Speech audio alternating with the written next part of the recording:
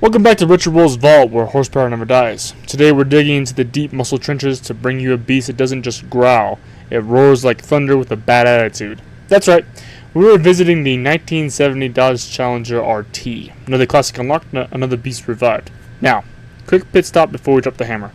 If you've been following this channel, you might recognize this ride.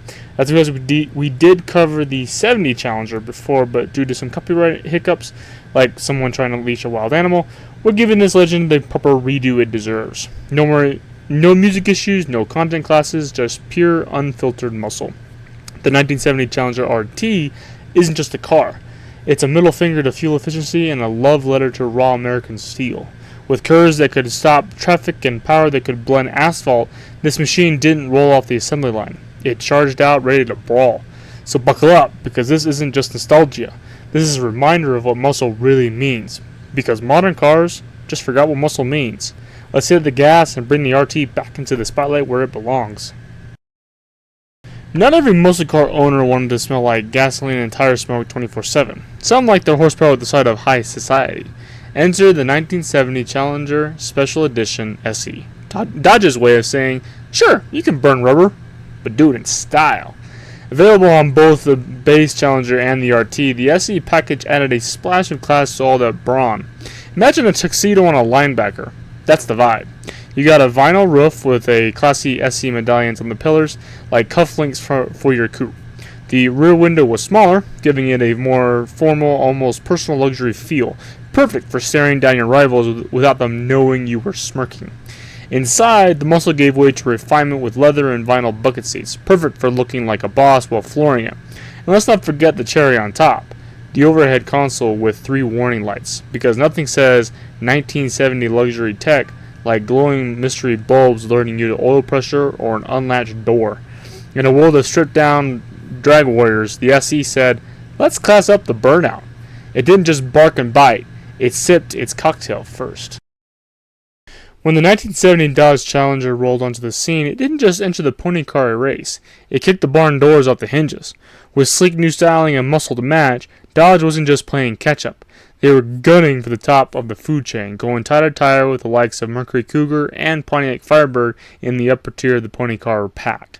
This wasn't a warmed-up version of something old. This was brand new for 1970.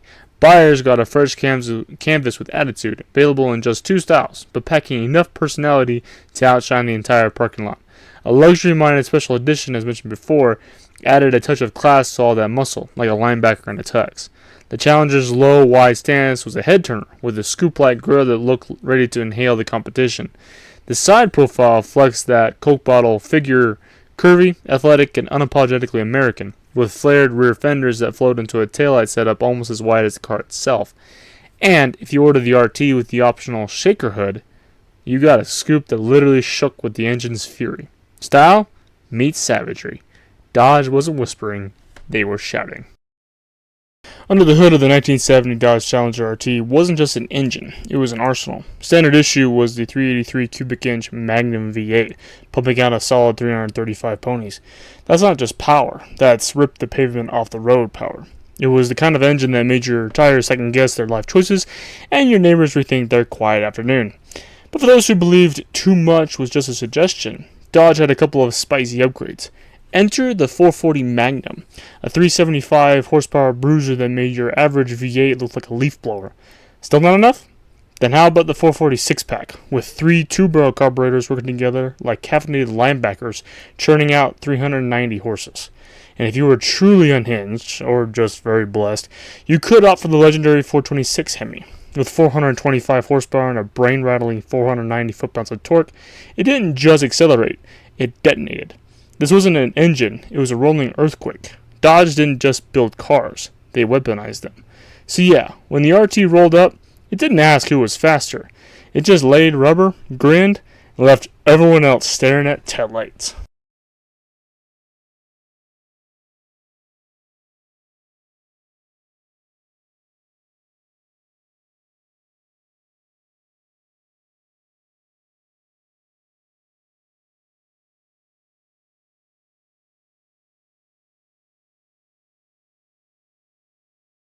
All that horsepower in the 1970 Dodge Challenger RT would have been pointless if it didn't have a drivetrain tough enough to handle that stampede. Thankfully, Dodge didn't skimp. This wasn't some dainty ballerina tiptoeing down the highway. It was a steel-toed boot brawler ready to throw torque punches from the get-go. Standard on lower trims was a 3-speed manual, but that was like bringing a rubber knife to a bar fight. The rear action started with the optional 4-speed manual, featuring the iconic Hurst pistol grip shifter. It was floor-mounted only, no column stuff here, and every shift felt like firing a mechanical shotgun shell. No nonsense, all muscle. Prefer to cruise and bruise without a clutch? Enter the legendary TorqueFlite 3-speed automatic. Smooth when you wanted it, vicious when you needed it. Automatics came standard with a column shifter, but buyers could opt for a floor-mounted version for that sportier feel. Want the full experience? Dodge let you step it up with an extra cost center console, making the cockpit feel more like a command center for controlled chaos. Whether you were shifting with style or slamming gears with fury, the Challenger RT delivered power to the pavement like it meant business. No fluff, just fast. Underneath that brawny exterior, the 1970 Dodge Challenger RT rode on Chrysler's E-body platform, a stretched-out, wide-track foundation built for muscle and mischief. Think of it like a broad-shouldered linebacker of the pony car league, wider, lower, and ready to throw down. Up front, it rolled with torsion bar suspension, which sounds fancy, but in plain terms, it was Dodge's way of giving the Challenger some muscle-flexing stability without turning it into a boat. These bars act like a coil spring under pressure, firm when you needed it, forgiving just enough to keep your teeth in place over potholes. Out back, things got more old school with a dependent rear suspended setup. That meant semi-elliptical leaf springs, a sway bar, and telescopic shock absorbers all working together like a garage band that doesn't always play in perfect harmony, but sure can make noise. It wasn't built for carving up mountain passes, but when it came to planting the rear end and blasting in a straight line, it got the job done like a champ. Sure, the rider was stiffer than your uncle's dance moves at a wedding, but that's part of the charm. This wasn't luxury, it was attitude on 4 wheels. Climb inside the 1970 Dodge Challenger RT, and you weren't just stepping into a cabin. You were stepping into a cockpit designed for controlled chaos. Dodge didn't go full luxury here, but they gave you enough style and swagger to feel like the captain of a street-legal missile. Front and center was the rally instrument cluster, and it meant business. You got a 150 mph speedometer, which basically said, good luck trying to stay legal, and a massive 8,000 RPM tachometer that dared you to flirt with redline. Toss in an oil pressure gauge, and you weren't just driving. You were monitoring a mechanical beast under your command, ready to pounce at the flick of a toe. The interior layout was driver-focused, no nonsense muscle. Bucket seats hugged you just tight enough to keep you planted when the Hemi kicked you in the back, and the optional center console gave you an elbow a place to rest while your right hand danced with a pistol grip shifter or floor-mounted auto. Tech? Well, let's just say technology in 1970 meant your 8-track player didn't eat your tape. But who needs gadgets when you've got gauges, grit, and the growl that can drown out every radio station in town? Behind every great burnout is a great rear end, and the 1970 Dodge Challenger RT didn't disappoint. Standard on most models, especially those with automatic transmissions, was the trusty 8 3/4-inch rear axle. It was the blue-collar workhorse of the Mopar world. Tough, dependable, and more than happy to roast a set of tires on command.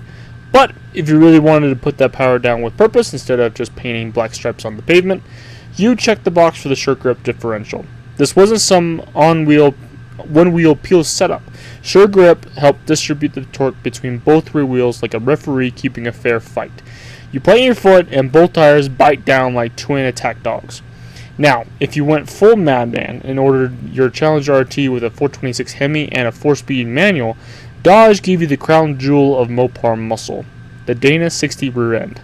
Built like a bank vault with axles the size of Louisville Sluggers, this rear end didn't just handle torque, it dared it to try something. So whether you were cruising or bruising, Dodge made sure your rear end was as ready for war as a monster under the bed.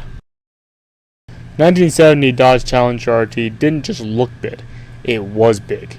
Measuring 191.5 inches from bumper to bumper, this wasn't some dainty little pony car prancing around the block. This was a full-size street predator with the presence of a barroom bouncer who doesn't ask twice. At 76.5 inches wide, it took up plenty of real estate, filling out lanes like it owned the road. And with a low-slung 51-inch height, it had the kind of crouched, ready-to-spring posture that made it look fast just sitting still. Think Panther, if Panthers were made of steel, chrome, and righteous fury. The 110-inch wheelbase helped give it that stretched out, planted stance, perfect for stability at high speeds or when laying down enough rubber to make the earth spin backwards. And while it wasn't light at a curb weight of 3,801 pounds, the Challenger RT wore its weight like armor.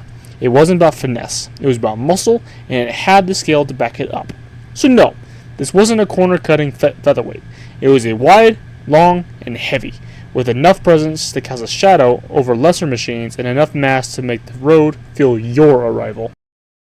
The 1970 Dodge Challenger RT was like that guy who walks into the gym, bench presses a Buick, and then lights a cigar with the heat from his own engine bay. It had strengths, big ones. So with a lineup of brutal V8s from the beefy 383 to the all-conquering 426 Hemi, this car didn't whisper performance. It screamed it through dual exhaust pipes while melting asphalt into regret. Add in sharp styling, bold colors, and more attitude than a back alley prize fighter, and you had a muscle car that turned heads, dropped jaws, and ruined egos at red lights. Dodge gave buyers options from transmissions to hood scoops, making the Challenger RT as customizable as a muscle-bound Mr. Potato Head, with a lot more horsepower. But it wasn't without its flaws. The RT wasn't exactly built for finesse. Cornering? It did it, but more like a bull on roller skates. At nearly 2 tons, it was heavy, and stopping power lagged behind its ability to go like hell. And while the interior was cool, it wasn't Cadillac-level plush. Still, when it came to brute force, street presence, and pure Mopar muscle, the Challenger RT hit like a hammer and never said sorry. So there you have it, the 1970 Dodge Challenger RT. A car that didn't just arrive on the muscle car scene, it thundered in like a rock concert on 4 wheels. With big block bravado, a body that looked like it was chiseled from Detroit steel, and enough torque to rotate the earth slightly off its axis, this machine was, and still is, pure Mopar mayhem. Yeah, we covered this legend once before, but thanks to some oops you can't use that copyright drama, we had to slam the brakes, drop into reverse, and give this beast the proper spotlight it deserves. No backing tracks, no red flags. Just raw muscle straight from the vault. Now it's your turn. Which version of the Challenger reigns supreme for you? The RT with its big block brutality? Or maybe the race-bred TA with its track-tuned attitude? Let us know in the comments. We want to hear your takes, your builds, your dream garage fantasies. If you like this resurrection ride, hit that like button, subscribe for more deep cuts from muscle car history, and don't forget, keep it loud, keep it classic. This is RetroWheelsVault, where horsepower never dies. Catch you next time, gearheads.